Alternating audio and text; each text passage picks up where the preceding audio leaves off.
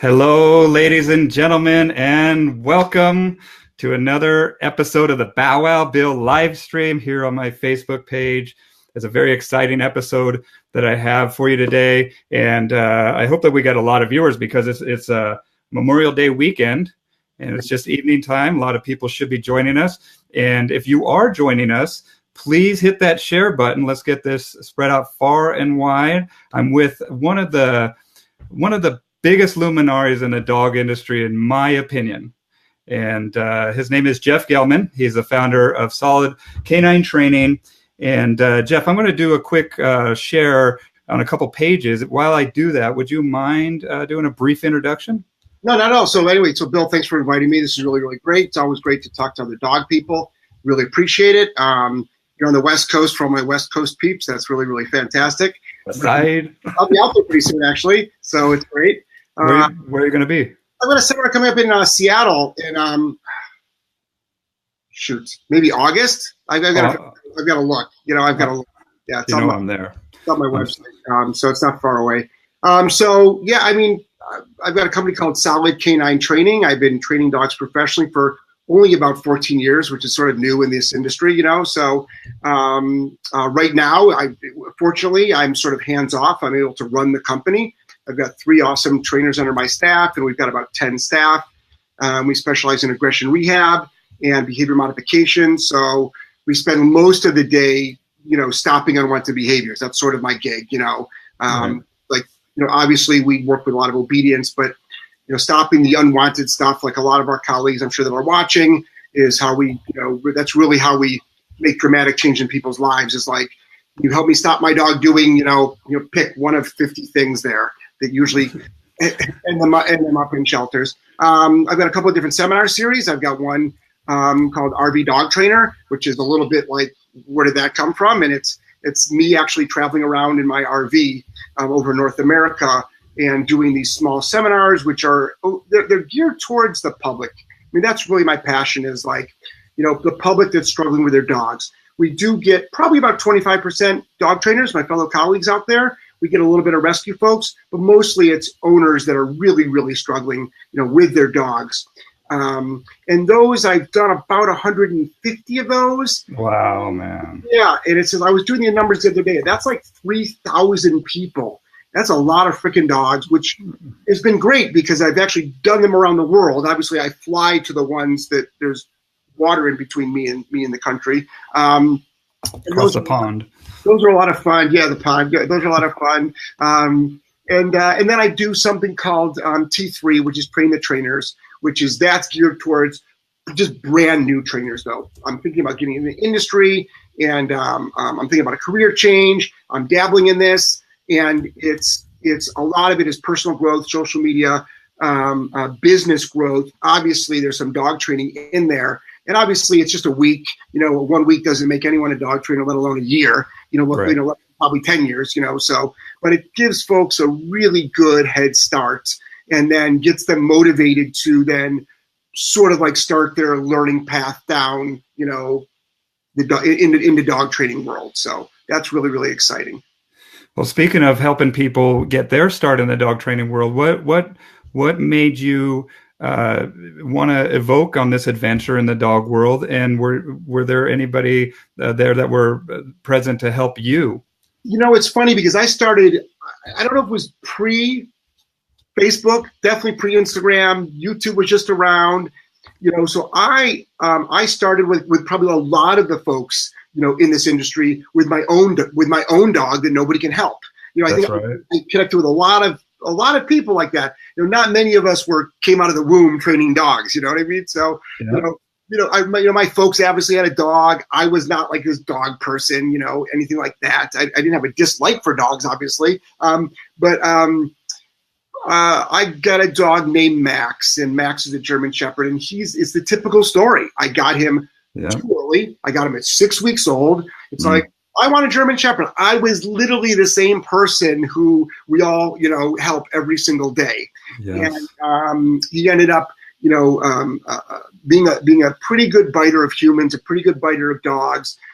Definitely was constantly like redirecting with his mouth on me, and he wasn't learning the way that I was like being shown how to learn.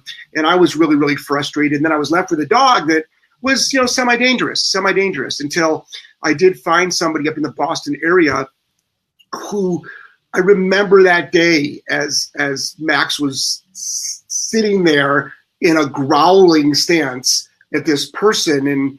And the trainer said to me, like a lot of us have said to the people like on the opposite side of us, you can actually tell your dog no. Yeah. I mean, but that was literally like, I can. Like we've all seen that reaction, right? It's like, yeah, you actually can. And this is before social media, so it wasn't as like, this message crammed down everybody's throat to never do that. It was just the half a dozen trainers that I went to told me that. So it wasn't this online social media message, but it was just as powerful. So once I was able to get help from him for Max, people started helping me with my own dog. So I learned through, I think a lot of people have done this, is through sort of like a lot of trial and error, And, I did a lot of reading. There wasn't as many videos to watch. There was a lot of reading. I worked with, which I never recommend anybody to do. I worked with heavier dogs to learn. Like that was my thing. And now I tell people, please don't do that. You don't need to work with a dog that's going to try to bite you. There are so many families out there, that are struggling with just like, I have to give my dog up because I can't walk it down the street. And they're just as important. Those dogs' lives are just as important as any other dog's life. So absolutely, that's sort of like in a nutshell, how I got started. Well, and I mean, if you look at what you've achieved in the last 14 years, we just talk about the RV dog trainer, 150 seminars. I mean, some trainers are lucky to even break the triple digits. I mean, and that's 3,000 dogs right there. If I look at your YouTube video, Solid Canine Training, and I will post up a link here for our listeners to subscribe over there. You're approaching 56,000 subscribers, and you have 1,800 and almost 1,900 videos, man. Yeah, we got a lot of. I think it's even more than that, actually. I think there's in a couple of different spots, and I mean, it's not. And my seminars are only 4 years old, so the seminar thing is only about a 4-year-old gig. So, this is the thing is like, and the cool thing about social media, which I keep stressing upon. I mean, there's a couple of different conversations going out there in dog training world, probably any world, is that everybody is looking for help right now. Everybody, and even somebody with. And you probably know this. I'm sure you have got clients who can easily go, I'm going to actually help 5 of my neighbors. And they probably could help 5 of their neighbors because now they just have this more information than they had, just a few months ago. And, whether it's the proper tools, the proper, the theory on dog training, and just help them. And that's what it really boils down to. And a lot of folks in our industry, and this isn't right or wrong, but they're very, very dog centric, which is awesome. But I'm very human centric. I am like human pain, human discomfort. Everybody is struggling out there. Like we all know that like badly behaved dogs are like ruining people's lives. I mean, they're creating people to move their houses and for breakups and to like not being able to even go on date night or like, I mean, you can't take your dog to, down the street. I mean, and so we're really in the human business. And a lot of times I think that our industry almost forgets about that, which doesn't mean you don't care about dogs. You actually can have both. It's like you can have both conversations. It doesn't have to be one or the other. So right. Well, we often hear, especially in this industry, that people work with dogs because they dislike people. And we've heard this as a common theme throughout these conversations that, Brad Strickland, he talked about the dog sometimes being an underlying symptom of an overall disorder with that family unit. And sometimes we have to thin slice that situation to kind of get to the root of the problem. So we're not just striking at the leaves. And we want to make change. We're here. And that's what, it takes some bravery because there is some discomfort that goes along with correcting a dog or telling them no, but doing what's right doesn't always feel good. And that's what I preach to people. And I'm I'm a big fan of letting that dog be the expert. We can convince each other, of fallacies if you sell somebody on something, and that's what I think that we see. But at the end of the day, is the dog performing to the standards that are expected? And that's where I saw, these dogs falling short of the training, quote unquote, going out the window once we hit a different situation. Yeah. And, it's such a valid point. It's funny because I tend to, I make this joke all the time about my seminar tour, that it's like, I thought about renaming it the punishment tour. It's because it seems by appearance, and it is, I mean, it very, very is. It's like, is that all you do all day long? It's like, well, no, but but we're in a microcosm of a weekend, and everybody signs up to learn how do I stop? How do I stop? How do I stop? And, ironically, if you saw us at, it's funny because the last seminar was just in Kelowna, fantastic seminar. It was one of the better ones that I've done in a long time.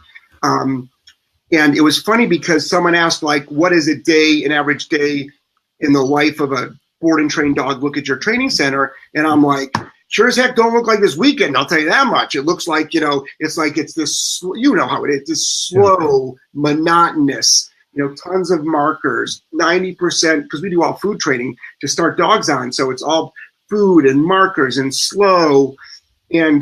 But that's great. Now it's what's the dog struggling with? Whether it's aggression or resource guarding or redirection or jumping.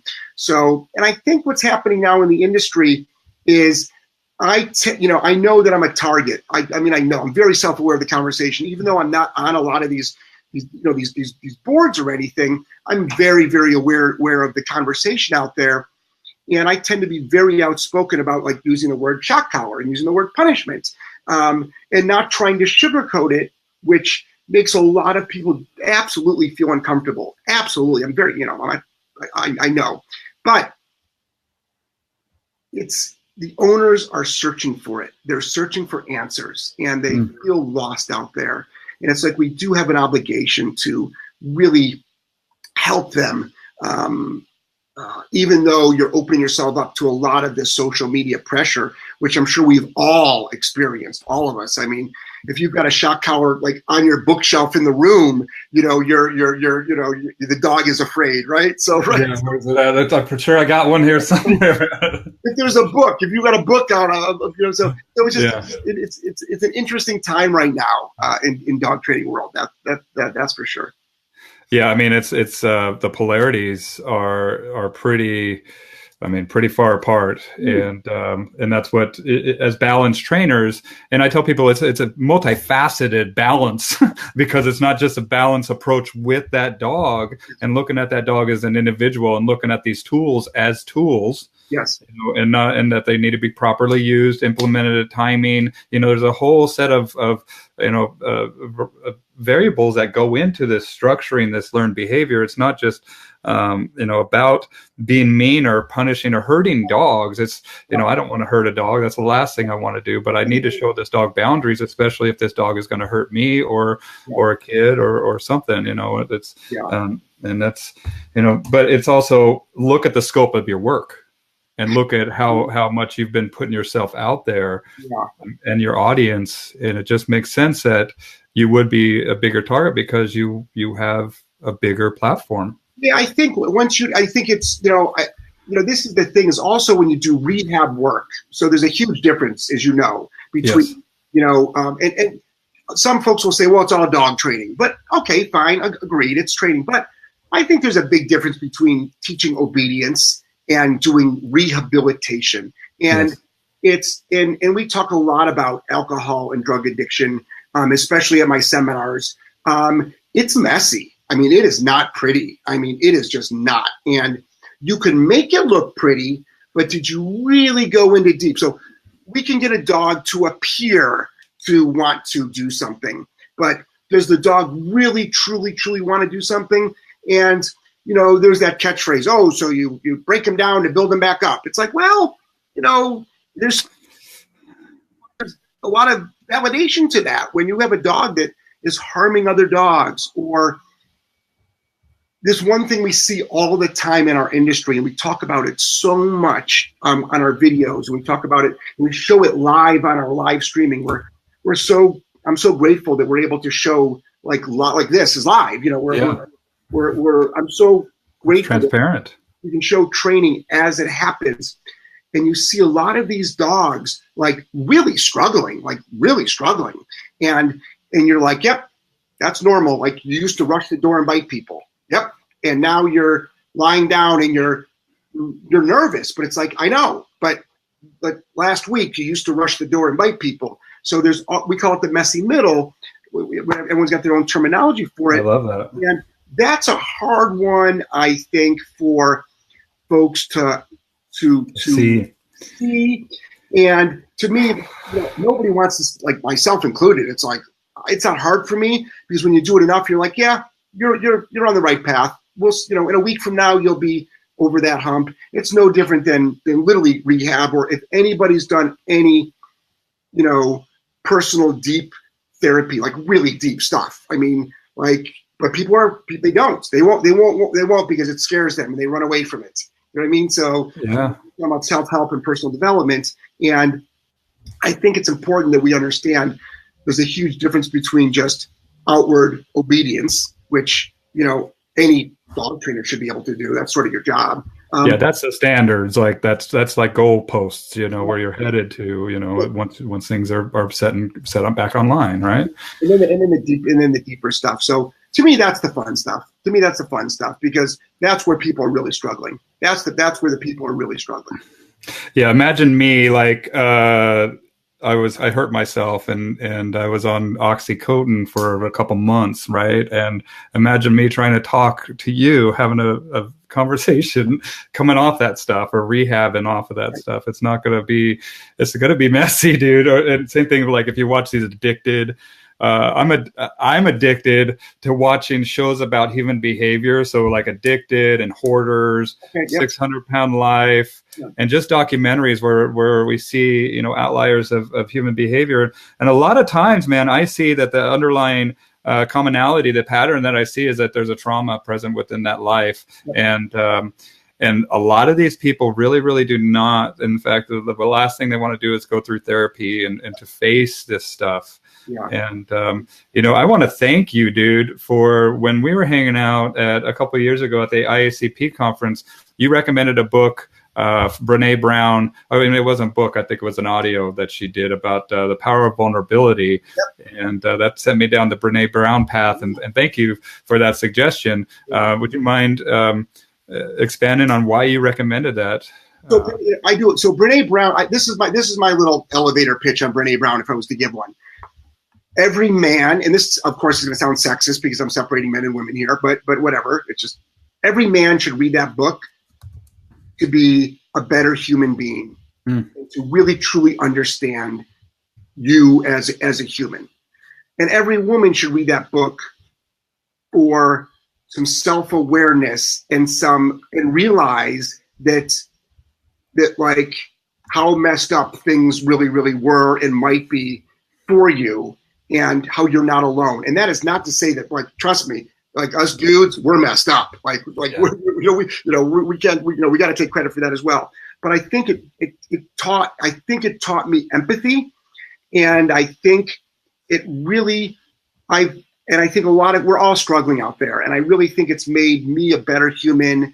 And the men and the women that I talk to about it, it is also like they've grabbed so much from it, and whatever the journey they're on, and you can rewatch it a year later after you read it or watched something, or I do audiobooks or listen, like any personal growth stuff.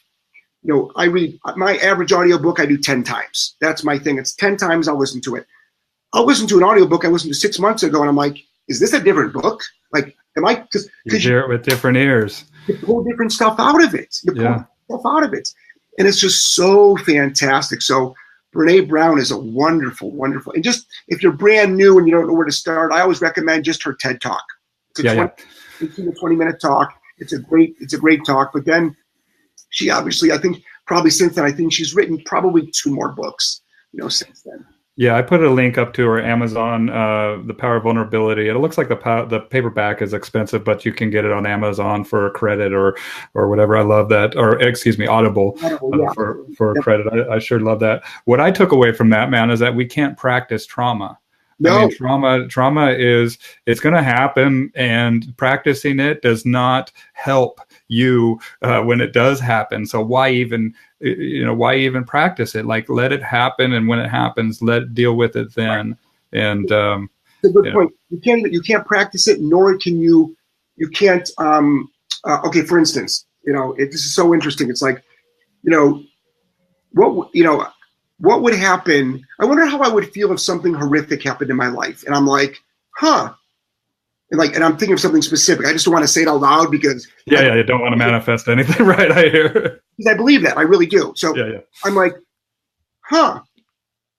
Why am I not more upset about that? Because you can't forecast it either. Like, you can't predict it. You can't you don't know how you're going to feel unless it's actually happened. And it's different for all of us. And then also, especially I know with me personally with trauma, I tend to feel sometimes it's like, geez, why is this not affecting me in a more powerful way? Why am I not I should be more affected by this, shouldn't I? It's a survival mechanism. Yeah. It's a survival mechanism. It's like the reason why you're not falling apart, Jeff, is because you need to keep your shit together. And I'm not one of these guys that are like, man up and don't cry, because I cry all the time. It's like, like it's not like that. It's like, pick yourself up. But it's like, it's a natural innate survival mechanism that I have, that it's like, I really can't be too upset in the moment because I need to keep pushing forward. It's just and none of us, we don't know how we're going to respond to any of this stuff. Yeah. So yeah, she's great. Yeah. We belong to a society that it's prevalent, where we see this trauma too. And that's what we need to remember, that our brain doesn't recognize real from fake. Right. And that's another point, to take yourself away from, these violent TV shows and stuff that, sometimes might evoke, a kind of an anxious response. Check it out, Brene Brown. I think that also we belong to an industry, the dog industry, where people try to think with their emotions. Yeah. Because we love these animals so much. I mean, I'm so thankful that I get to work with these animals. I get it. Yeah, I get it too. Yeah. So, I mean, I think this is it. I said, this is the thing. It's like, there's a couple of things. So, like, we have to be careful as dog owners. I mean, could you imagine if I'm 53 now, so it's like, so could you imagine if I went to, and I went to my heart doctor today. I was hospitalized a little bit ago, and I went to the heart doctor, like a true heart doctor for the first time. Could you imagine if he was reading my EKG and he goes, holy shit, Gellman, you're screwed. I'd be like, what? Oh my God. So instead he's like, it's obviously, we've got some issues to work out. We got some things that I'm struggling with, physically. Yeah. And, but it's like, he's supposed to be the professional. Like, he's supposed to be the professional. It's like, how many times has he seen a certain situation? I think as dog professionals, we have to have a huge amount of empathy for owners, but we do have a job to do. And we are supposed to be the ones that are the ones that are like, okay, step 1, step 2, step 3. Yep, it's going to be hard. It's going to be really hard. I know it is. I've got empathy for you. I've got compassion for you. But I've done this so many times. We all have done a lot of it. It's like, I know exactly what it's going to look like. It's going to be really, really rough. And it's sort of like, I don't want your dog sleeping in your bedroom anymore. I want it to sleep in the hallway in a crate, for instance. That's a good example. And an owner might go, why? I'm like, because it's probably going to be hard for you to do. And if you can't handle that, if you struggle with the concept of having your dog kenneled up at night out of your bedroom, what's going to happen when your dog is growling at a child or growling at another dog? And you've got to tell your dog no in a pretty firm way. Are you going to be able to have a consequence for that dog if you struggle with just the fact that your dog is moving from point A to point B because it won't be with you and this isn't forever. It's like, this isn't forever. It is rehab and training. Like, you can change the rules in 60 days and 90 days, but it's hard, and we're supposed to know. We're supposed to have more information than the client does. Yeah. So and then from a business standpoint, in our industry, if you run your dog training business like a business, people, they want to be black and white. They want to be like, if you're business focused with your dog training business, you don't care about dogs. It's like, no, you can have you reach more dogs. I think you care more about dogs because you're affecting more dogs' lives when you're a good businessman. That's why I seek out counsel from successful business people. Yeah. And that's why I do so many videos, so many people can see them and be helped. And that's why, it's like, for some reason in this industry, promoting yourself is a bad thing. Do you know what I mean? It's like, that's a bad thing. It's like, no, you need more people to find out about you so they can get help. We're fortunate that, I can't tell you how many things that I've been able to learn from a YouTube video. It's like, it's incredible how many things for free. Yeah. I mean, it's incredible the world we live in now that allows us to learn stuff from. I mean, it's funny because online learning has been around for a while. Like, you can get a college degree from online learning. There's a lot of universities now that don't have you actually go into the classroom. There's a lot of very well-known professors that are giving lectures from, like you are right now, and you can have 5,000 people tuning into the lecture and submitting their work. And so, the fact that we can live in a society now where you literally don't need a classroom. You don't need to be geographically located close to somebody. You don't have to have the budget to have to pay for a dog trainer, that you can learn on your own. I think we live in a wonderful time, and it's almost an obligation for us, not just in dog trainers, but whatever knowledge to put into a video format and just put it out there, Absolutely. Well, and that's my motivation for doing this, is that I want people to kind of see a unique perspective, because I know my colleagues and I appreciate them, and just to kind of be a fly on the wall to see the stuff that we discuss. And, and I've already received a lot of feedback from my listeners and the people that watch this. And most of the people, they watch this after it's live. By far, but and they've been sharing it a ton and receiving value in it. And I think that, one of my favorite quotes is, "Secrecy is the enemy of healing." And that's kind of it, is that, we can't guard this knowledge as ambassadors and for these dogs, and liaison between that dog and the human world. It is our obligation to get the truth is spread far and wide as possible. And no matter how uncomfortable it makes people, this is the truth. This works. And I remember, you said that you had Max, right? Yep. Duke Ferguson, same thing, man. That's exactly what got him in. Sherry Lucas, same thing. JT Clough, same thing. They all had this dog that none of these local dog trainers could fix with the clicker or whatever. And Duke found this old school trainer. He had this dog fixed in like 7 minutes. Yeah. And a couple good corrections. And then he went back to the trainer with love in his heart, just saying, "Hey, man, I found it." And then he got berated and he got attacked salaciously for fixing his dog or doing what works. Yeah. It's strange. It's interesting.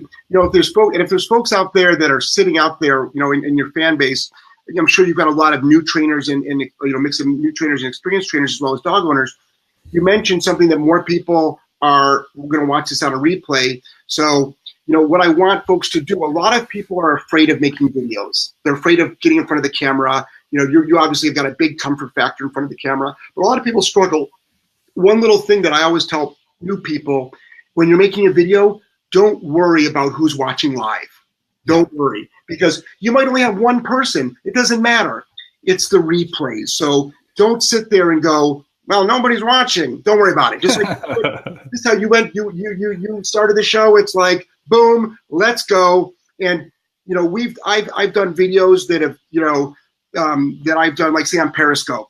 There'll be 100 people watching live, and literally 2 days later, 20,000 people have watched it. So that's all that matters. That's all that matters. Yeah, Tyler Muto is like that. His got shared around. We're at I think 10,000 views on that one. And speaking of our live viewers, let me take a second to just say hi to Tosh, Amy, Sue. Denny White says, "I love the tip of the day." Jeff. Well, thank you. And if that's Tosh from New Zealand, yes, then I met her at a seminar in Australia, and what a wonderful human being she is. And she was struggling with her dog for 7 years, and that we were able to resolve that issue very, very easily, even though her dog wasn't with her in the seminar. And obviously it was a conversation that a lot of folks don't like to have with owners because it is more compulsion based. But it's a great example to ask someone like that how much pain was she in with her dog. And boy, her business has done great. So Tosh, if you're still on, congratulations on your success. You're really killing it out there, with business and with yourself. And she's got an awesome setup in a beautiful, beautiful country. So yeah. Her and I speak quite often. She's a big fan of these, and I appreciate you, Tosh, and appreciate the work you've done with your dog and yourself. And she's a wonderful artist too, dude. She does these drawings that are absolutely amazing. And isn't that cool that as we start to delve out and look at our fellow colleagues in the dog training world, that we see that that they share a lot of passions. That not share, that their passion is shared at different mediums, I guess. Is there anything else that you do that I spend I spend a lot of time running my business and trying to build my business and social media, and helping other people that are just starting out. I spend a lot of time doing that. I do have 7 children. Right now there's 3 left at home. My children range. A lot of people know who Angelo is. If anybody watches my page, Angelo is 5 now. My oldest kids are 28. My youngest is 5. I've got 6 daughters and a son, and there's only 3 left at home. And we're a homeschool family, so we homeschool our kids. My wife homeschools our kids. My wife is a very, very powerful force in in the success of my world, because she allows me to do what I do, and I absolutely couldn't be doing what I'm doing if it was not for her at all. So she's doing great. I think I'm in the back of my mind. If you said to me, what's your legacy, and I'm really trying to figure out how I can help children on a massive level, which I don't think people know about me. I think I want to help them on a massive level, like world-changing level, children. So I've got a lot of other interests besides dog, as well as most people do. But I think a lot of times we don't get past the layer. We don't get past the layer of dog with our colleagues. We just think that that's their whole life, and we don't realize it. It's like, no, is it just my job? It's more than my job, but it's not my life. It's definitely not my life. So. Well, and thank God for our wives, man. That's I couldn't do what I do without my beautiful wife. Yes. And I always encourage my friends, to value their women. And I remember there's a quote, a Bible quote that I always tell people, and I'm not particularly religious or anything, but this just spoke to me about. It's Proverbs 31:10-12 about a virtuous woman. Who can find a virtuous woman? For her price is far above rubies. The heart of her husband doth safely trust in her, so he shall have no need of spoil. She will do him good and not evil for all the days of her life. Look at this. This is educational. This is great. And let me even it out a little bit for you. I think having a supportive partner, whether it's a male or female, is obviously is extremely important. So I think it's so hard. I think especially if you own your own business in general, it's hard to do it on your own. Just in general. I think once you start, there's a big difference between being a dog trainer and being a business owner. I think there's a really big difference, and I think a lot of folks are. Yes, they're drawn to it, like you mentioned earlier. They're drawn to it because of the dogs, right? They're drawn to it because of the dogs. But once you start charging money, which we should be doing, we are entitled to make a living, and a damn good living, frankly. It's now you're running a business. And I think that's the struggle with a lot of, I think, trainers, is they're struggling with that business concept, because that's maybe not what they realized they were doing. It's almost like an artist. Like, that's why there's so many starving artists, because it's like, I just want to create my art. It's like, I know, but you need to monetize that art, and you need to, so you can produce more. So it's interesting in our world that a lot of, my colleagues, I see them struggling, with their business. And that's why I talk a lot about, personal growth and business and social media, because what I like to do is, it's like the dog training stuff, I have a phrase, it's like the dog training stuff is the easy stuff, but that's hard. So it's hard, but it's sort of the easy part of like owning a dog training business. The hard part is the actual business part. The hard part is, can you sustain it? Can you sustain it to support yourself? Can you sustain it to support your family? Can you, and it's hard, and week after week, you need to sustain. That's the key word right there. Sustain. It really is. Well, and it's also about, working on the business and not just working in the business. Right. And this business can really run away with you, man. I mean, this business can run away with your life very, very quickly if you do not set boundaries, not just with the dogs, but with other colleagues, clients, the dogs that you bring in, and that's another rude awakening that I see people having, is just getting too overwhelmed and burning the candle at both ends. I mean, even though I'm sitting here talking to you, I still have dogs here that I have to take care of, and I'd never clock out. You should work on that, Bill. You should work on that, Bill. That's what, dude, I need help with that. Like, that's it. That's one thing that I'm working on too. And I'm glad that we're talking about this, is because I want to follow up with you on some business stuff. And I have a dream about paying off this property, which I'm almost done doing, and then going down to Florida or somewhere and kind of being a snowbird. Yeah. And I'm going to make it happen. Yeah. And so that's the next phase of this. And so you got to kind of look at, a 30,000 foot view of your life. And do you recommend any books for people as far as the business aspect is concerned, about working on the business structures, things that have helped you? I think right now, the biggest thing living in, so business in 2018, and moving forward, I think social media, I think everybody needs to be really, really good with social media. And I think, yes, word of mouth works. Yes, obviously word of mouth, but there's a lot of people out there that they're transient. They might move to a new town. So say I decide to move to somewhere in Texas. It's like, I can't wait around for word of mouth. I can't wait around for word of mouth to keep my family afloat and to make a livelihood. The cool thing about social media is, and that's why my seminars can do so well, is because, I can take, if I'm doing a seminar coming up and say, like, I'll be up in Collingwood, Canada in a couple of weeks. We can get a bunch of folks within 300 miles to all of a sudden, like, find out who we are. They can go to our library of social media now, and they can become aware of it. So then they can say, oh, you'll be in my town, or you'll be within a couple of hours from me. I think I'll go to this seminar. It's the same with business now. So I think everybody should be really, you don't need to be an expert in it, but I think you need to be really comfortable have a good website, have a good Facebook page, and Instagram is really, really huge. And then also YouTube.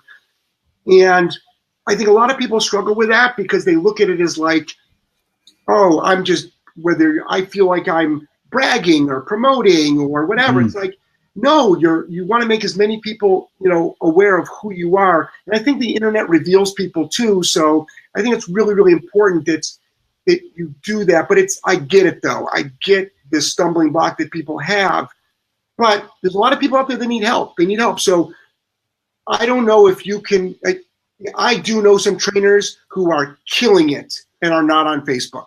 Absolutely. I know they're doing great, but I think that's the minority. I think, and then also give away everything for free. So everything for free. And Well, yeah, that's so. A lot of people they hear that, and then their mind or their eyes just go out, boggled out. Be like, why the heck would I want to do that? because there's something called know, like, and trust. So know, like, and trust. Get people to know you, to like you, and to trust you.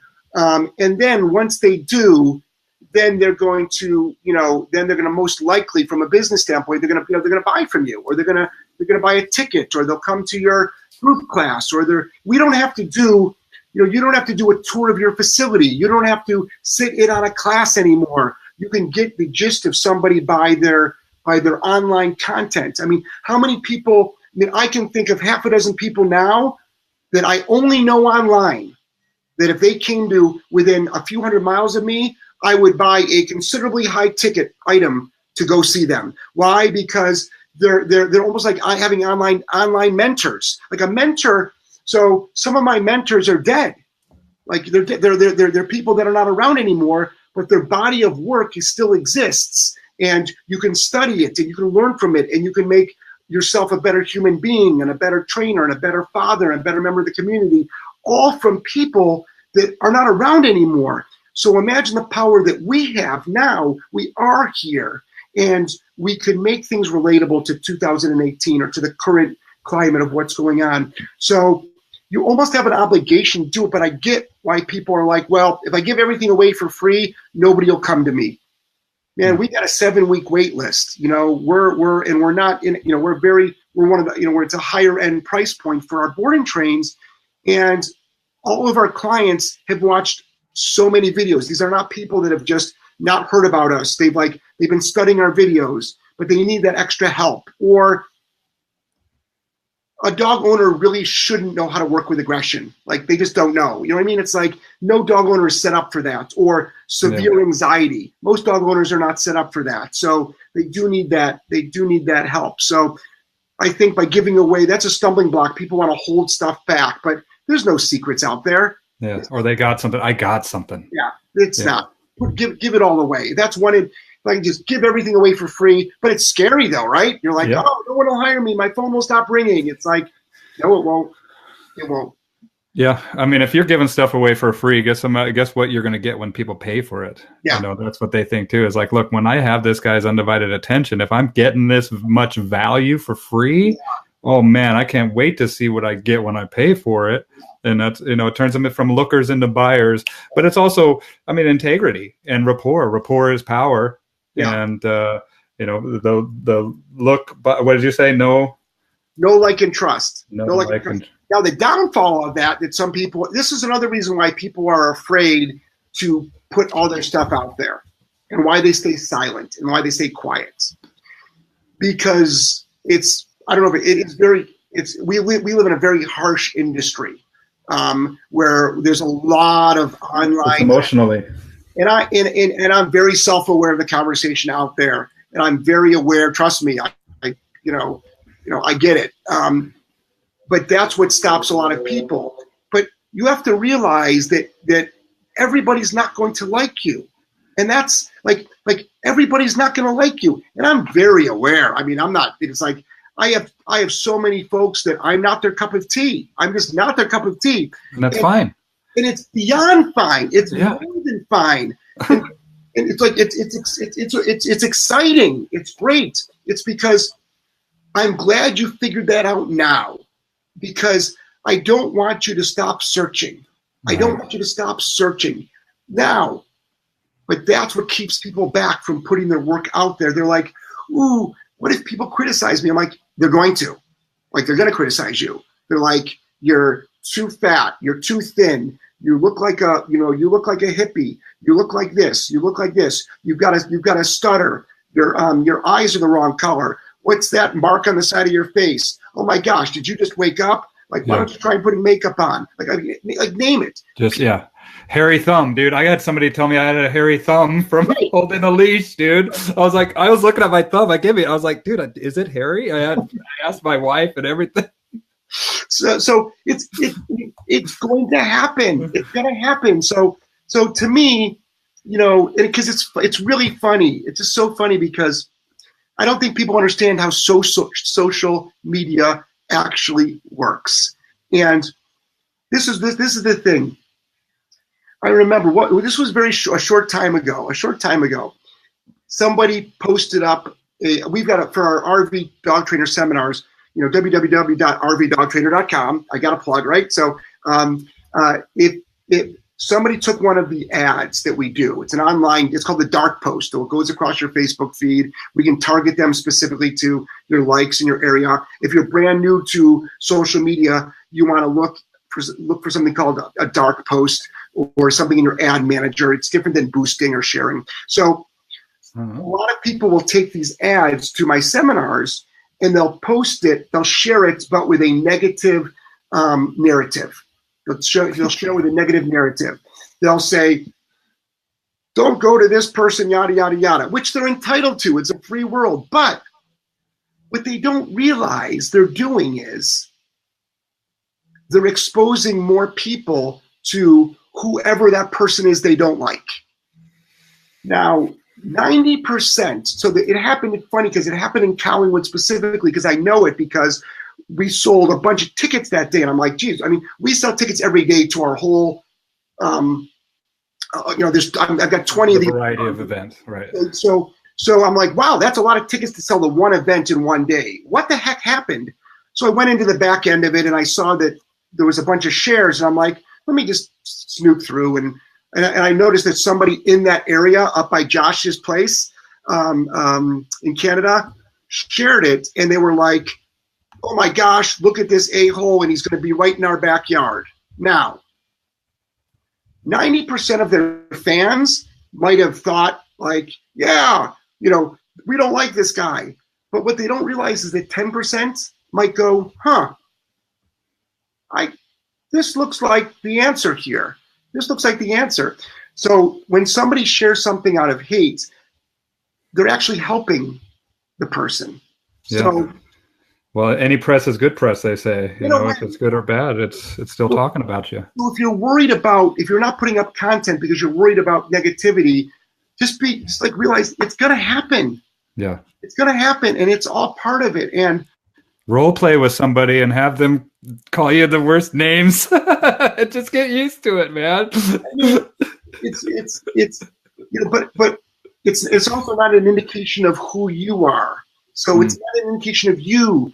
It's an indication of the other person that's spreading the negativity.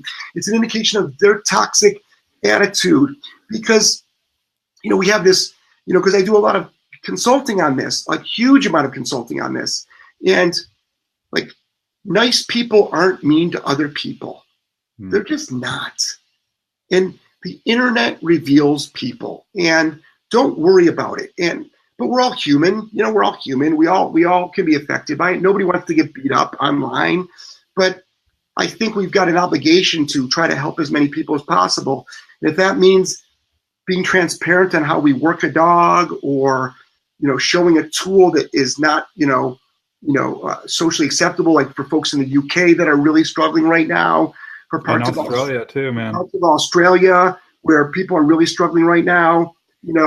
Dogs are dying. And that's the alternative is either this tool that, and that's what gets me, man. And I've had dogs that if I dwell on it, I'll start crying. Because these dogs were amazing, and they're not here anymore because they listened to another trainer that sent them to heaven, and I knew that dog, there was something phenomenal in that dog, and just needed to be uncovered. And I'm an anti-authoritarian, so I get it when I get dogs that are anti-authoritarian. I'm just like, dude, we're speaking the same language, man. I know it.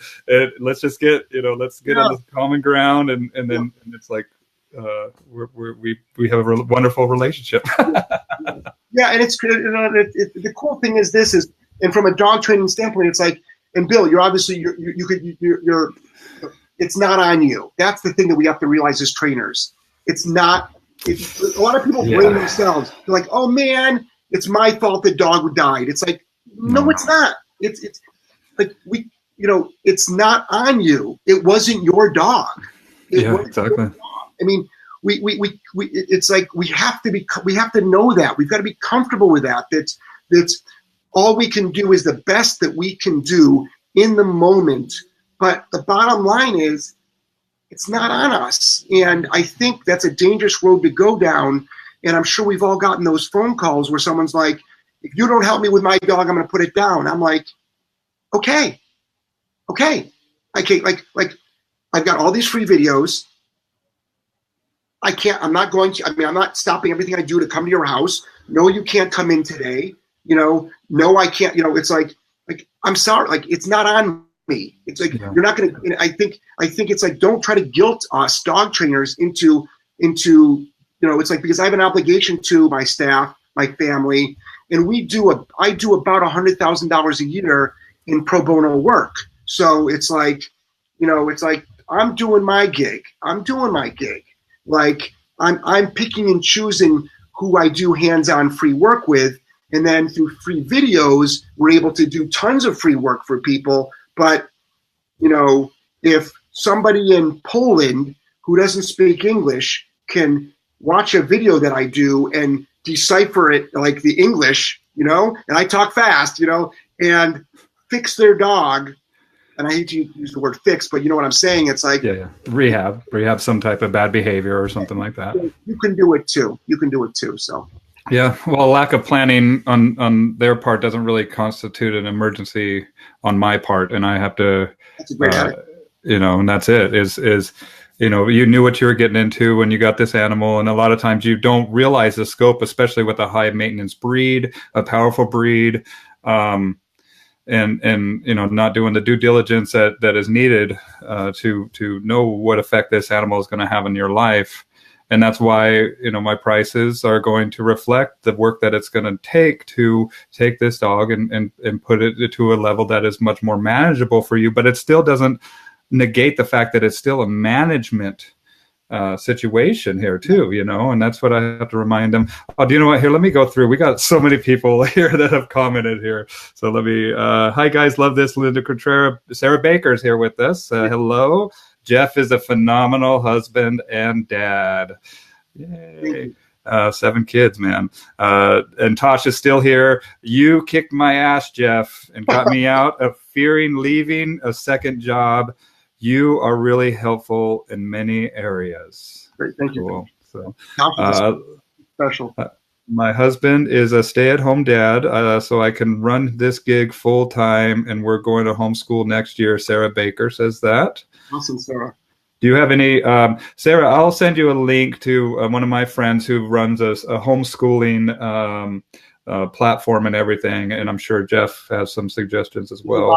There's a lot of options out there. There's a lot of different options and a lot of different curriculums you can do. And we personally we don't choose one curriculum. We've got like a couple of different things that connect with each one of our children.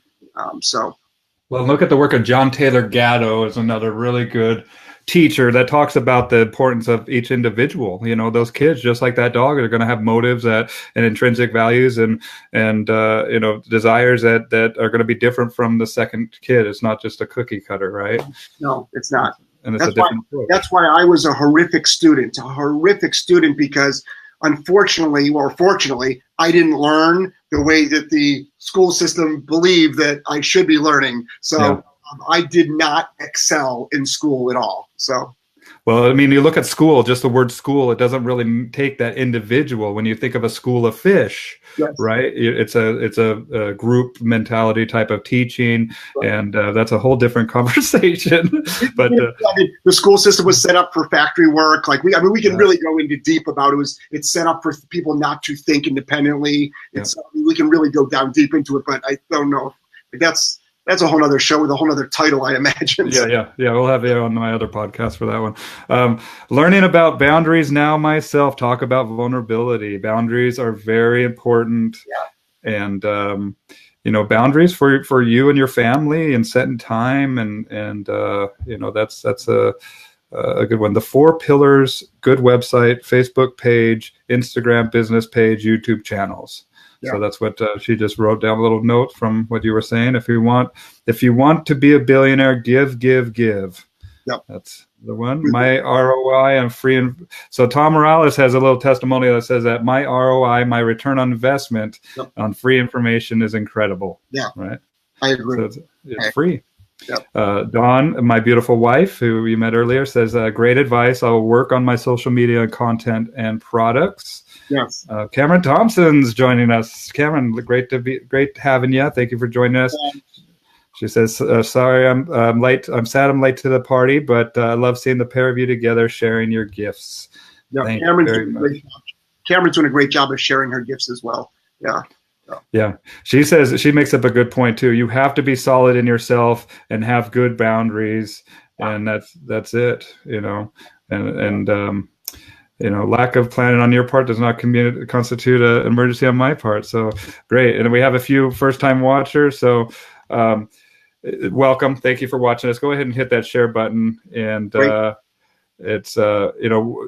think that we are taught, especially on the model that we have grown up with, that we are taught to give our power away to certain institutions, and that when you homeschool your kids, then when you take initiative and learn how to teach your dog and walk through that journey of learning, because it's going to be a two-part process of learning with you and that dog, that we see that we're more powerful than we think, and that this knowledge that's accessible to us can really change lives. But I also think that it speaks to the dynamic capabilities of a human person and their ability to change when motivated to. I think that we're all capable of, yes, there are some of us that are born, I should say some of us. I think there's absolutely genetics play a role in human achievement. Absolutely. Absolutely. I'm not going to play for the NBA. I'm just not. Like Roger Bannister back in 1956, the first man to run a 4-minute mile. I'm probably not going to be running any 4-minute miles. You know what I mean? But the cool part about human learning, I think all of us have got the ability to really, if we really want something bad enough, and I'm talking about reasonable. I'm not like, I want to fly to the moon. You could, if you're, I imagine if you have that interest, but I think we have to, if we really, really put our mind to it and we really work on it daily and we study, and we're fortunate to live in an era where we have the internet and we can learn anything we want. I really think just about everything is achievable. You mentioned you want to go down to Florida. I just bought my second house down in Florida. And 2 years ago, and I own a house now, so I won't, but 2 years ago, I probably couldn't even get a loan. Which I'm glad I already own my own house at the moment, because like a lot of small business owners we know that are like, our credit can go up and down and things like that. Ebb and flow. But I put my mind to it, and and I'm looking to buy other houses now, and we Airbnb them out, and which it's just funny because when you start talking about different prosperity things as a dog owner and a dog trainer, you start talking about that is another very like shaky ground to talk on. It's like, oh, you're only doing this for the money. It's like, I don't want to be broke living in my car with a bunch of dogs. No, I've got no problem at all with any prosperity issues whatsoever, because the great thing about our industry is if you're doing well as a dog trainer financially, that means you've helped a lot of people. Absolutely. That's literally what it means. If you're doing well in this industry, that means you have helped a lot of people. And we're also on a voluntary pay basis, meaning we're not the electric company. We're not the gas company. We're not the only grocery store in town. So the market is going to decide to come to us or not. So when you meet a successful dog trainer, that's another thing that gets flipped around a lot in our industry, is like, oh, you care more about the money than the dogs. It's like you can actually have both, and it's actually an indication how much you do care because you are doing well financially. Well, there's something called prosperity consciousness, and if anybody struggles with that, start reading some Randy Gage. Oh, dude, I'm on it here. So slow down. Consciousness. I'm googling this stuff right now. I want to feel better about making money. What do I do? Yeah. So yeah, man, and that's it. It's like because I think that I'm so passionate about this, and I can see, because I've worked with this so much with the dogs and the people. You can see that dynamic, and it's like, how do you balance that with a good life and where you live, and and how do you feel good about that, and how do you feel worthy about that, and not only that, but I've noticed too that when you don't charge enough, your clients aren't held accountable, and they're not going to do what's necessary. It's a very interesting dynamic, and so I'm on this, man. Well, you hit on a couple of points that I think possibly a lot of your listeners are struggling with. So self-worth is the foundation of all this. It's all based on self-worth. Believe it or not, I think a lot of people would be surprised if I told them you actually don't want to they think they want to make a lot of money, but they don't. Because everything they're doing is sabotaging their financial success. And the reason is because of early programming that they had as a youngster. It could be from their parents, their friends, relatives, school, a religious organization, the newspaper, television. And it's this concept of rich people are bad. Rich people are bad. They did something bad to get that money. And it's interesting because then what you're doing is you feel bad. And if you've got bad self-worth and you start becoming successful financially, you start going, who am I to be making this much money? I don't deserve it. And then you start doing things. It's almost like relationships. Who am I to be having this good relationship? And you freak out and you sabotage it on purpose. And next thing you know, boom, your partner leaves you or you get into an argument. And it's all based on like how we look at relationships, but it's all based on self-worth issues. And I think a lot of people will blow over that. They will discount it. And it's like, oh, it has so much to do with it. So, and then a lot of folks will be like, who am I to charge X amount of dollars an hour for dog training? It's like, if you think you're only worth $20 an hour, that's all you're worth. Because if you think you're worth $100 an hour and the marketplace says, damn right you are, because I went to you, I like the results, I'm happy. And it's a voluntary transaction. Nobody forces anybody to pay you at all. Now, if you train somebody's dog and then you said, oh, by the way, I'm doubling my price, well, that's unethical. That's unethical. But it's a mutual consensual agreement that two people came into. So it's an indication of the value. But a lot of people undervalue their skill set, and that's based on. So if you're one of those folks out there that is doing that, you want to work on. You don't need to read a business book. You don't read how to run a business. You need to read a self-worth book, and you need to work on yourself. Do you have any that you recommend? Well, Randy Gage is really, really great for a lot of prosperity stuff. Gage? Gage. He's got a blog. He's got some books. He really talks a lot about Mad Genius, Why You're Dumb, Sick and Broke. Oh man, I'm getting that one right now. I love this stuff.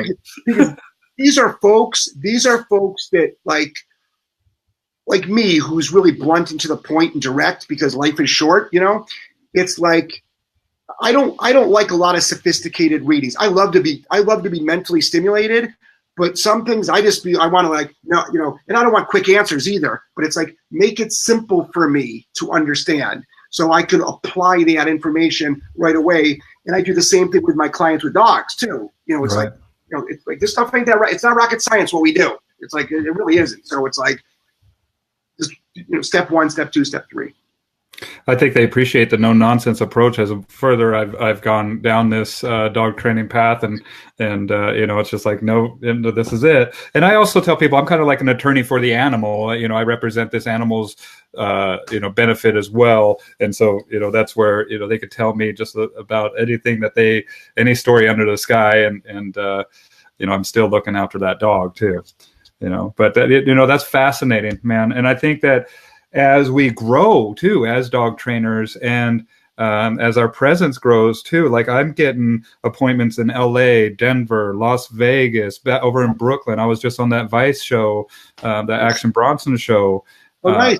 And I've gotten a lot of exposure from that. So I want to talk to you about maybe, later time about this stuff and how that self-worth and how to convey that as you grow and grow in popularity and what that trajectory looks like. Yeah. It could be a challenge, man. It could be because you open yourself up to a lot of public scrutiny. And I think that is very difficult for a lot of people to do. And what they do is then they start either holding back, or they disappear, or they stop sharing.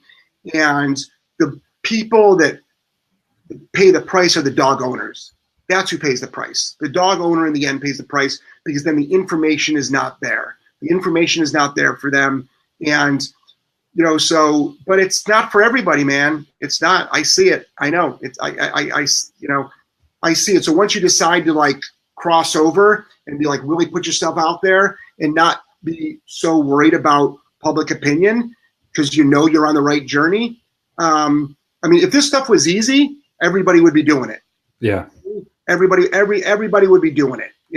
So it's a lot of freaking work. It's a lot of work. Well, and it's a lot of work because I'm still learning. Yeah. We don't have it all figured out. Like in every case that I love it when a dog stumps me. I got this rat terrier pup that I'm just like, man, what a quirky dog, And so it's an adventure. I mean, and that's where I think a lot of people get locked in on these philosophies, and a lot of times you're dead in the water when that happens. If you don't open yourself up for continued learning and allow yourself to have an eclectic knowledge base, because this, a case might come up where you have a pearl of wisdom that came from another set of teachings that you can apply, and that's it. Is helping these dogs and helping the people. And a lot of times with these people that get salacious and attack others, it's unfair to those people that are really, really seeking that help. Yeah, but that's sort of like, that's the internet exposing the human being. Do you know what I mean? It's sort of like the condition of people can be very mean online, but that's on them. You know what I mean? That's on them. That's not on the person that's being attacked. That's a big indicator of the one doing the attacking. So, so I've got a big, I do a weekly show, and all the time people are like, what do you think of whatever? And I'm like, have you ever heard me comment on another trainer? Never. I never will. Never will. And it's just because professionals just don't do that shit. They just don't. It's like, this is the information that I have. It works for us and thousands of dogs. We've seen it work over and over. This is what I got, and that's what I'm here for. But there's this phrase about, if you want to be the biggest building in town, you can either build the biggest building, which means like grow your business, or you can just knock every building down so you're left the biggest building. And it's like, which one do you want to be? So me, I'd rather just put out so much content, help so many people, let the chips be where it is. And the cool part about all of this is the marketplace is also really smart. Some people are sitting back. There's a lot of lurkers on a lot of different pages, a lot of different things. They just observe. They observe it all going on. Yep. Other good people see when other people are not being nice. And they might not say something, but they're there. They got it. They see it.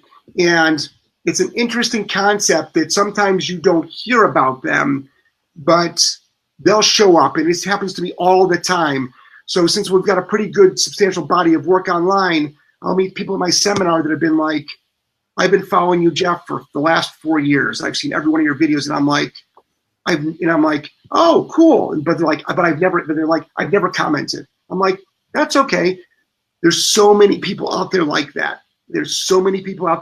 So sometimes if you're putting out work, it's interesting. You can write a book, and you get 99 great book reviews, and you get one negative book review. Yeah. Right? And by nature, human nature, people focus on one damn negative book review, right? Yeah. It's human nature. Cool. Yeah, you see it too when people are like, I got 1 star. What do I do? It's like, well, you turn off your damn stars, So because in this industry, you'll get people that'll just like tag team you, and they'll just pounce on your page, and they'll just do that. So they'll send their camp over, and it's silliness. So if you're thinking about making videos out there, and your big thing is, well, what if people don't like them? This is what I tell folks. I don't make videos for people that don't like them. So if you don't like my video, I didn't make it for you. That's okay. I only make videos for people that like them. And I can't decide who those people are. The marketplace will decide. So if you don't like my video, that's okay. I didn't make it for you. No problem. So, you can not like sushi, but that doesn't mean that's a bad sushi restaurant, because that's a great sushi restaurant for the people that like sushi. So it's interesting. It's an interesting world we're living in right now with social that we can help so many people, but it also is like the Wild West. It's like the Wild West out there. Well, I think that is important for people to realize that. Yeah. And then that's that kind of why you're doing this, and start with why that Simon Sinek, and start with why. Even, when we were chatting, I don't know who I was chatting with, where we were chatting about why do you have this dog? That's another, just that why is powerful. Yeah. And it's important to know, but it's also, important to have that thick skin and just, you don't even allow comments now on some of your stuff, right? The reason why I don't want to allow comments on my YouTube channels, people are always, this is why I don't allow comments. It's funny because a lot of folks will say, oh, you just don't want to be criticized. It's like, no, I actually don't want the people that want the information to see all the nonsense. That's why, trust me, I am hurting myself by not allowing comments. I am hurting myself financially, mostly financially, because YouTube wants that conversation. Yeah, it's an algorithm that they latch on to. I'm not afraid of the hate. What I don't want is, I don't want the people that want the information, I don't want them to have to sift through all that bullshit to get the good stuff. So that's the reason why. And the only people so if you're out there and you're making videos and you're thinking about turning your comments off because it's just too much for you, turn them off. And this is the thing. The only people that care that I don't have comments on my page, the only people that care are people that want to say bad things to me. Yeah. They'll go down there like all ready to type, and then they're like, yeah, damn it. You can't. So if you want to say something nice, or if you have a question, send me an email. Yeah, you can get a hold of it. Yeah, it isn't that hard. So the only people that get upset are the people that are hiding behind a keyboard that want to be mean to me. And that's all. That's why it's like, but it definitely hurts me. But I've decided, I made a very conscious decision to protect, not just me, to protect the group of people that come to me for the information. It's not fair to them. It's no different than you going to a restaurant and there's a table next to you that's being really loud and obnoxious and a kid is running around. It's up to the owner of the establishment to walk over and say, hey, we have a lot of diners here. Yeah. You didn't rent out this restaurant. It's not about you. And this is a private facility. So we can and we will ask you to leave. It's not your God-given right to come into my restaurant. This is private property. It's the same thing with my social. It's a dictatorship. Of course it is. It's like, oh, I wrote a negative comment on Gellman's page and he deleted it. It's like, of course I did. It's like, like, why would I leave it up? Like, why would I leave it up? You know, the world doesn't need to be exposed to your nonsense and your hate and through your bullying, you know. So, and I've got to make sure that the people that actually want help, truly want help, can get it. And it's a free market. They can go anywhere. That's what people seem to keep forgetting. It's a free market. Yeah, nobody owes you anything, no. You know, and that's it, you know, and I think that, you know, there's a whole subclass of trolls out there, and we'll see the you know, certain websites start to evolve where we can see people's reputation before they've even made a comment right away. Yeah, and we're already seeing that. And oh yeah, trust me, I've been at the top of a lot of lists lately. So, you know, it's, to me, and it's again, I'm so okay with that because I know what the mission is. You know what I mean? Yeah. And it's bigger than you, and you're not here forever. And just like you were saying about your mentors that aren't walking this earth, I mean, you're going to leave your mark. I already know you are, man. You already have, and you're luckily still here that we can engage with you. But we're all going to be older, and that's another book I recommend people reading is a book called Die Wise by Stephen Jenkinson. This guy, he talks about death and how we belong to a death phobic culture and but that's it. What are you doing with your life? And everybody's going to die, but not everybody truly lives. Correct. And how do you want to be remembered? What is your legacy? Are you living your life? Like what does your obituary want to read? And are you going to be that person? And are you going to live up to that person? And if you're not, it's time to start making some small to dramatic changes that you will be the person that your obituary says you are. And how do you want to be remembered? And living that life. And don't wait until you're 60, 70, 80, 90 to do it. There's no reason why you can't start doing it today. Yeah. Absolutely, man. Well, I'd love to sign off on that, dude. We've had you for just over an hour, and Wow. Thank you so much, man, for doing this. Well, thanks for having me. Yeah, how do people get a hold of you? I'll share the Solid Canine. Yep. I shared the YouTube. I'll share the Facebook page as well. Yeah, if you just go to solidcaninetraining.com, that's sort of the portal for like all of our different stuff. Okay, Solid Canine Training. Let me put it up on the screen here, and I'm writing my own obituary. That's what Sarah Baker says. And Sarah, hopefully you'll be around a long time because you're helping a lot of people. That's right. Well, thank you, Jeff. Thank you not just for joining me, but for the work that you do to help people and help them with the relationship, not just with their dogs, but also with their families, and also building beautiful businesses and, building a masterpiece with your life as well. So others may see that it is possible and take note and work on their masterpiece as well. Awesome. Well, thanks for inviting me. And it's been fantastic. And I tried to grow out a beard, but it just and this is a week. Just you got to drink whiskey every morning when you wake up. Take a little shot of whiskey. I haven't had a drop of alcohol for 27 years. So I'm not going to. Well, there you go. No, I haven't either, dude. I don't even drink. If you would have seen me when I was, if I drank, I think you did.